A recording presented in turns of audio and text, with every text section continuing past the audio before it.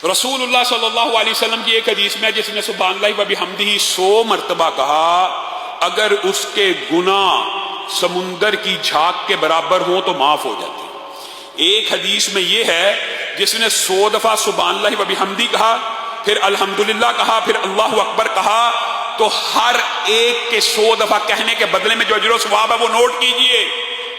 100 اونٹوں کو اللہ کی بارگاہ میں خرچ کر دیا ہے۔ 100 اونٹوں کو مکہ کے اندر قلادہ پہنے ہوئے، یعنی ایسے اونٹ جو حج کی نیت سے ہوں، یا ایسے اونٹ جن کو مکہ میں ذبح کر دیا جائے، ان کا اجر و ثواب، اور ایسا 100 گھوڑا جو جہاد فی سبیل اللہ کے لیے وقف کر دیا جائے۔ ان 3 الفاظ کو 100 مرتبہ پڑھنے کا اجر و ثواب یہ ہے۔ اور ام ہانی کی جو حدیث ہے، میں سمجھتا ہوں اس ساری تسبیح تحمید کا نچوڑ ہے۔ ام ہانی آئی رسول اللہ کے پاس اور آ کے کہنے لگی ہیں، اللہ کے رسول میں بوڑھی ہو گئی، اب تو عمل کرنے کی سکت نہیں ہے۔ تو رسول اللہ نے کہا ٹینشن کی بات نہیں ہے، پریشانی اور فکر کی بات نہیں ہے، کیا آپ اتنی ہی بوڑھی ہو گئی ہیں کہ آپ 100 مرتبہ یہ 4 الفاظ نہیں کہہ سکتی؟ ان میں بھی یہ 4 باتیں شامل ہیں، سبحان اللہ والحمدللہ ولا الہ الا اللہ واللہ اکبر۔ اس میں لا حول ولا قوت الا باللہ نہیں شامل ام ہانی کی حدیث میں، لیکن یہ 4 باتیں شامل ہیں۔ اور رسول اللہ نے ان 4 کے بارے میں جو اجر بتایا، آپ سن کے حیران رہ جائیں ام ہانی کا۔ اے ام ہانی، اگر آپ یہ 4 الفاظ کہیں گی، سبحان اللہ والحمدللہ ولا الہ الا اللہ واللہ اکبر، تو ایک پہلے سبحان اللہ 100 دفعہ کہنے کی وجہ سے اسماعیل کی اولاد میں سے 100 گردنوں کی آزادی کا اجر اور ثواب آپ کے نامہ اعمال میں لکھ دیا جائے گا۔ اسماعیل کی اولاد بابرکت، حسب نسب میں سب سے اعلیٰ، صرف 100 دفعہ سبحان اللہ کہنے سے اسماعیل کی اولاد کی 100 گردنیں۔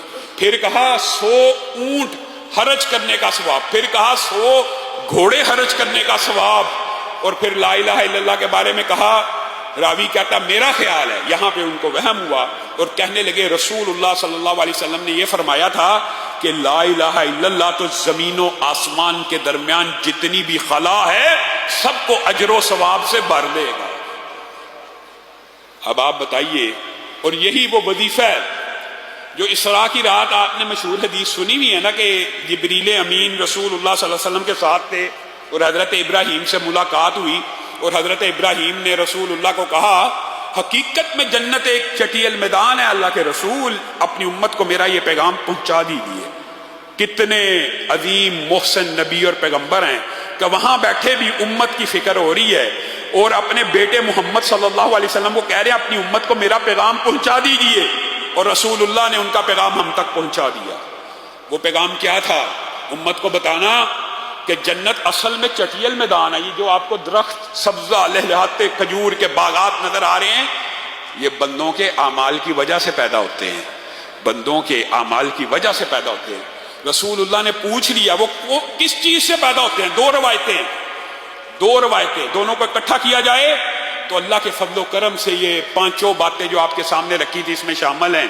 ایک روایت میں اکیلا آتا ہے کہ رسول اللہ کو ابراہیم نے کہا لا حول ولا قوت الا باللہ، جنت کا باغ ہے، جنت کا درخت ہے۔ اے اللہ کے رسول، ابراہیم اپنے بیٹے کو کہہ رہے ہیں اپنی امت کو بتاؤ کہ اگر جنت کے اندر درخت اگانا چاہتا ہے تو لا حول ولا قوت الا باللہ پڑھ لیا کرو۔ اور دوسری روایت کے کیا الفاظ ہیں؟ سبحان اللہ والحمدللہ ولا الہ الا اللہ واللہ اکبر۔ اے محمد صلی اللہ علیہ وسلم، امت کو یہ پیغام دینا، ان الفاظ کے ذریعے جنت میں درخت اور باغات تیار ہوتے ہیں۔ آپ نے اپنی زندگی کے اندر جو آپ کو بات کہی ہے نا 100 مرتبہ، اس کو بڑھاتے چلے جائیں، جتنا بڑھائیں گے سبحان اللہ والحمدللہ ولا الہ الا اللہ واللہ اکبر ولا حول ولا قوت الا باللہ، کنفرم گارنٹی۔ 100 باغ 100 درخت تو لگ گئے اکیلے لا حول ولا سے، 100 ان 4 کی وجہ سے لگ گئے، 200 تو لگ گئے نا، پھر 100 اونٹ تو قربان ہو گئے نا، 100 گھوڑے جہاد فی سبیل اللہ پہ چل پڑے نا، 100 اسماعیل کے گردنوں کی آزادی کا ثواب تو مل گیا نا، زمین و آسمان کا خلا پورے کا پورا بھر گیا آپ کی نیکیوں سے۔ اور کیا چاہیے؟ اور کیا چاہیے؟ ایک بدو آ گیا رسول اللہ کے پاس۔ بدو آپ کو پتا دیہاتی ہوتے ہیں اور ان کے مزاج میں بڑا اکھڑ پن ہوتا ہے۔ اللہ کے رسول کو آ کے کہنے لگا مجھے یہ بتائیے کون سی چیز ہے جو میرے لیے فائدہ مند ہے؟ تو رسول اللہ صلی اللہ علیہ وسلم نے کہا سبحان اللہ والحمد للہ ولا الہ الا اللہ واللہ اکبر.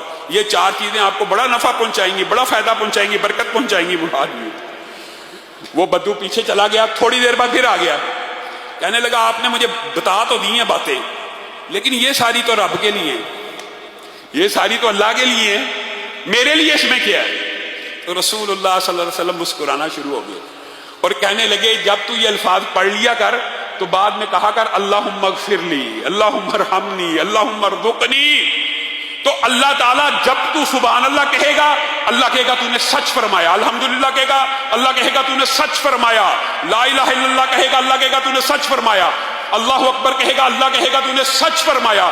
جب 4 دفعہ اللہ کہے گا تو نے سچ فرمایا، پھر تو کہے گا نا اللہم ارحمنی، اللہم اغفر لی، اللہم ارزقنی، تو اللہ کہے گا میں نے تجھے عطا کیا، میں نے تجھے عطا کیا، میں نے تجھے عطا کیا. صحابہ بیان کرتے ہیں اللہ کی قسم ہم نے اس بدو کا عجیب انداز دیکھا، وہ اپنی 7 انگلیوں کے اوپر ان حروف کو یاد کرتے ہوئے باندھ کے چلا گیا، گویا اجر و ثواب کے پہاڑ اپنے مقدر میں لے کر چلا گیا. یہ رسول اللہ صلی اللہ علیہ وسلم کے بتائے گئے وظیفے ہیں.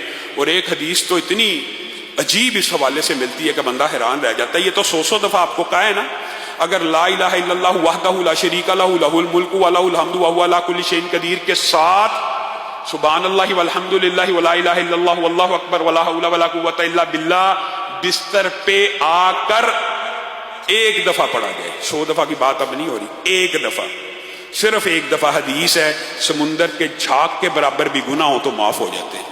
یہی وہ وظیفہ کہ جس کی آپ کو میں کئی مرتبہ تلقین کرتا ہوں. اس کی ٹریننگ اس طرح حاصل کریں کہ آنکھ کھلے آنکھ بند ہو، یہ وظیفے منہ پہ ایسے جاری ہوں رات کے. یہی وہ وظیفہ ہے جو پہلے بھی آپ کے سامنے رکھا تھا کہ اگر رات میں سوتے ہوئے اچانک آنکھ کھل گئی، اچانک آنکھ کھل گئی تو آپ کے منہ سے یہ کلمات ادا ہوئے. یہ بھی اسم اعظم سے بھی زیادہ تیز رفتار ہے دعاؤں کو قبولیت کے لیے.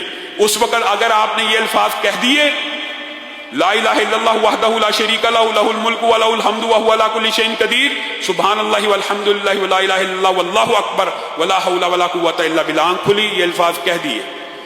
اب آپ جو دعا اللہ رب العزت سے اچانک اٹھے ہیں کریں گے، ان کلمات کو ادا کرنے کے بعد اللہ پر واجب ہے وہ آپ کی دعا کو ضرور سنے گا.